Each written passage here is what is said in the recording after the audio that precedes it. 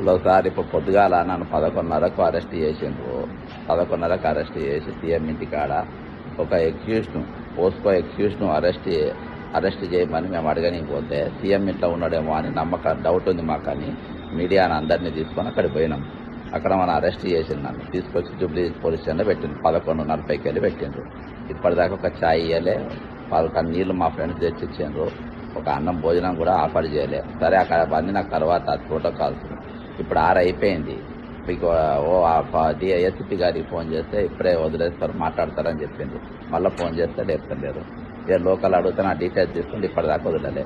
ఇప్పుడు అంటే భగీరథ అనేటోడు, బండి సంజయ్ కొడుకు అనేటోడు ఎక్యూజ్డ్, ఆయన అరెస్ట్ చేయమని అంటే ఆయనకంటే ఈరోజు నేను పెద్ద నేరస్తుని అయిపోయినా సార్.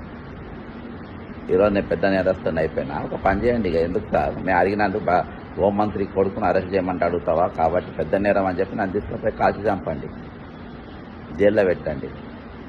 పొద్దుగాలకన్నా ఇవాళ దాకా ఎన్నిసార్లు అరెస్ట్, ఎన్ని ప్రొటెస్ట్ చేసినా, ఎన్నో పోలీసులు అరెస్ట్ అయినా ఇవాళ దాకా ఛాయ్ ఇవ్వకుండా, అన్నం పెట్టకుండా కూర్చోబెట్టిన మొట్టమొదటి పోలీస్ స్టేషన్ సార్ ఇది. నా జీవితంలో నేను ఎప్పుడు చూడలే.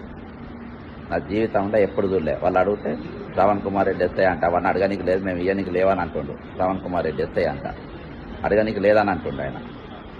ఎక్కడ ఇవ్వలేదు సార్ ఇవాళ. నిన్న ఆ పోలీస్ స్టేషన్ అటెండ్ ఉన్నా కాబట్టి ఒకటే, నన్ను కూర్చోబెట్టినగా పొద్దుగాలకెళ్ళి బండి సంజయ్ గారి కుమారుని అరెస్ట్ చేసేంత వరకు జూబ్లీ పోలీస్ స్టేషన్లో దీక్ష కొనసాగుతుంది. నేను ఇట్నే దీక్షలో ఉంటా, మీరు వదిలేసినా నేను బయటికి పోనీగా, ఈ దీక్ష ఇట్నే కొనసాగుతుంది.